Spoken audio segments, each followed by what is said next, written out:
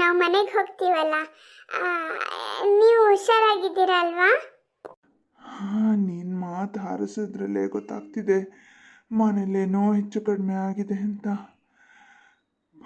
ಇರಲಿ, ನೀನಾದರೂ ಬಂದಿಯಲ್ಲ. ನೀನು ಹೇಳ್ದಾಗೆ ನನ್ನ ಗೆಳೆಯರು. ಆ ವಿಚಾರ ಎಲ್ಲ ಬಿಟ್ಬಿಡಿ, ನೀವು ಹುಷಾರಾಗಿದ್ದೀರಲ್ಲ ನನಗಷ್ಟೇ ಸಾಕು. ಒಂದೆರಡು ದಿನದಲ್ಲಿ ಮನೆಗೆ ಹೋಗ್ಬೋದಾ ಏನೋ, ನೋಡೋಣ ಡಾಕ್ಟರ್ ಏನು ಹೇಳ್ತಾರೆ ಅಂತ. ನನಗೆ ವಾಶ್ರೂಮಿಗೆ ಹೋಗಬೇಕು. ರೀ, ಮೆತ್ತಿಗೆ ಮೆತ್ತಿಗೆ, ನಾನು ಸಪೋರ್ಟ್ ಮಾಡ್ತೀನಿ. ಇಲ್ಲ, ಕಾಲು ತುಂಬ ನೋವಾಗ್ತಿದೆ. ಇರಿ ಇರಿ, ಡಾಕ್ಟರ್ನ ಕರಿತೀನಿ. ಸಿಸ್ಟರ್ ಪ್ಲೀಸ್, ಡಾಕ್ಟರ್ನ ಕರೀರಿ. ಏನಾಯ್ತಪ್ಪ ಪ್ರದೀಪ್? ನನಗೆ ಎದ್ದೇಳಕ್ಕೆ ಆಗ್ತಾ ಇಲ್ಲ, ವಾಶ್ರೂಮಿಗೆ ಹೋಗಬೇಕು.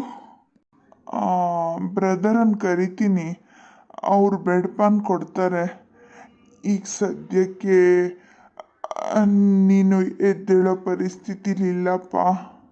ಅಯ್ಯೋ ದೇವ್ರೆ, ನನ್ನ ಕಾಲು ಹೊರಟೋಯ್ತಾ? ಇಲ್ಲ ಪ್ರದೀಪ್, ಕಾಲಿಗೇನೂ ಆಗಿಲ್ಲ, ಫ್ರ್ಯಾಕ್ಚರ್ ಆಗಿದೆ ಅಷ್ಟೇ.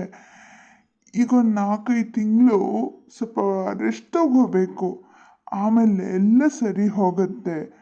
ಏನು ಹೆದರ್ಕೋಬೇಡಪ್ಪ. ನೀನು ಎಷ್ಟು ಧೈರ್ಯವಾಗಿರ್ತೀಯೋ ಅಷ್ಟು ಬೇಗ ಹುಷಾರಾಗ್ತೀಯ. ಹಾಂ ಹಾಂ, ಅಲ್ಲಿವರೆಗೂ ನಾನು ಬೇರೆಯವ್ರ ಕೈಲಿ ಸೇವೆ ಮಾಡಿಸ್ಕೋಬೇಕಾ? ಇದು ಬಿಟ್ಟರೆ ನಿಂಗೆ ಬೇರೆ ಯಾವ ದಾರಿನೂ ಇಲ್ಲಪ್ಪ.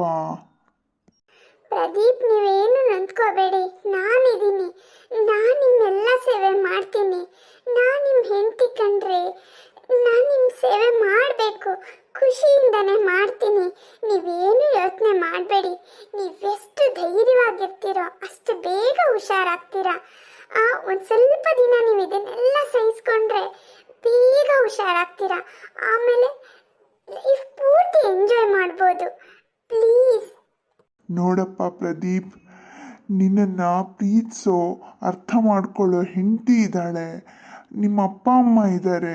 ಇವ್ರ ಮುಖ ನೋಡಿಕೊಂಡು ನಿನ್ನ ಧೈರ್ಯ ತಂದ್ಕೋಬೇಕಪ್ಪ. ನಿನ್ನ ಹೆಂಡತಿ ನಿನ್ನ ಜೊತೆಗಿದ್ದಾಳಲ್ವಾ, ಅವಳು ನಿನ್ನ ನೋಡ್ಕೋತಾಳೆ. ಧೈರ್ಯವಾಗಿರು, ಆದಷ್ಟು ಬೇಗ ಹುಷಾರಾಗ್ತೀಯ. ಓಕೆ? ಆಯಿತು ಡಾಕ್ಟರ್, ಇನ್ನೇನು ಮಾಡೋದು? 2 ದಿನಗಳ ನಂತರ. ಸರಿ, ಆಯಿತು ಡಾಕ್ಟರ್. ನೀವು ಹೇಳಿದ್ದೆಲ್ಲ ಇನ್ಸ್ಟ್ರಕ್ಷನ್ಸ್ ಫಾಲೋ ಮಾಡ್ತೀನಿ. ನಾನು ಅವರನ್ನು ತುಂಬ ಕೇರಲ್ಲಿ ನೋಡ್ಕೋತೀನಿ. ಸರಿ ಡಾಕ್ಟರ್, ನಾವಿನ್ನು ಹೋಗ್ತೀವಿ. ಸರಿನಮ್ಮ, ಬೆಸ್ಟ್ ಆಫ್ ಲಕ್. ಹೇಗಿದೆಯೋ ಪ್ರದೀಪ? ನಿನಗೆ ಆಕ್ಸಿಡೆಂಟ್ ಆಯಿತು ಅಂತ ಗೊತ್ತಾಗಿಂದ ನನ್ನ ಜೀವ ನನ್ನ ಕೈಯಲ್ಲೇ ಇರಲಿಲ್ಲ ಕಣೋ. ಹಾಂ, ಮನೆಗೆ ಬಂದಿದ್ದೀನಲ್ಲ, ಅದಕ್ಕೆ ಎಲ್ಲರೂ ಹೀಗೆ ಮಾತಾಡ್ತಿದ್ದೀರಾ. 2 ದಿನ ಹಾಸ್ಪಿಟ್ಲಲ್ಲಿದ್ದರೆ ಒಬ್ಬರಾದ್ರೂ ನನ್ನನ್ನು ನೋಡಕ್ಕೆ ಬಂದ್ರಾ? ಅಯ್ಯೋ ಪ್ರದೀಪ, ನಾನು ಬರ್ತಿದ್ದೆ ಕಣೋ, ಆದರೆ ನನಗೆ BP ರೈಸ್ ಆಗೋಗಿತ್ತು. ನನಗೆ ಎದ್ದೇಳಕ್ಕೆ ಆಗ್ತಿರ್ಲಿಲ್ಲ ಕಣೋ. ಈಗಲೂ ನನ್ನ ಮೈಯಲ್ಲಿ ಹುಷಾರಿಲ್ಲ. ಆದರೂ ನಿನ್ನನ್ನು ನೋಡಬೇಕು ಅಂತ ಆಸೆಯಿಂದ ಎದ್ದು ಬಂದೆ ಕಣಪ್ಪ. ನನ್ನ ನೋಡ್ಕೊಳ್ಳೋಕ್ಕೆ ನಿಮ್ಮ ಅಪ್ಪ ಮನೇಲಿ ಉಳ್ತಿದ್ರು, ಹಾಗಾಗಿ ನಿನ್ನ ಹೆಂಡತಿ ಬಂದ್ಲು ಅಷ್ಟೇ ಕಣೋ. ಸರಿ ಸರಿ, ಜಾಸ್ತಿ ಮಾತಾಡಬೇಡ ಪ್ರದೀಪ, ಮಲ್ಕೋ, ರೆಸ್ಟ್ ಮಾಡು. ಸರಿ, ನಾವು ಹೋಗ್ತೀವಿ.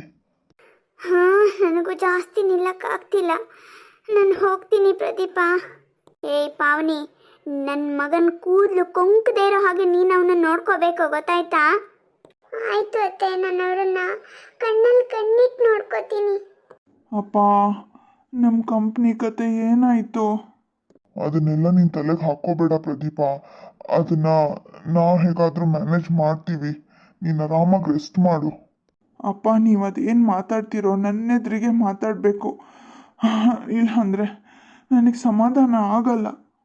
ಹೌದು ರೀ, ನೀವು ಅವನೆದ್ರಿಗೆ ಮಾತಾಡಬೇಕು, ಆಗಲೇ ಅವನಿಗೆ ಒಂದು ಮನಸ್ಸಿಗೆ ನೆಮ್ಮದಿ ಸಿಗೋದು.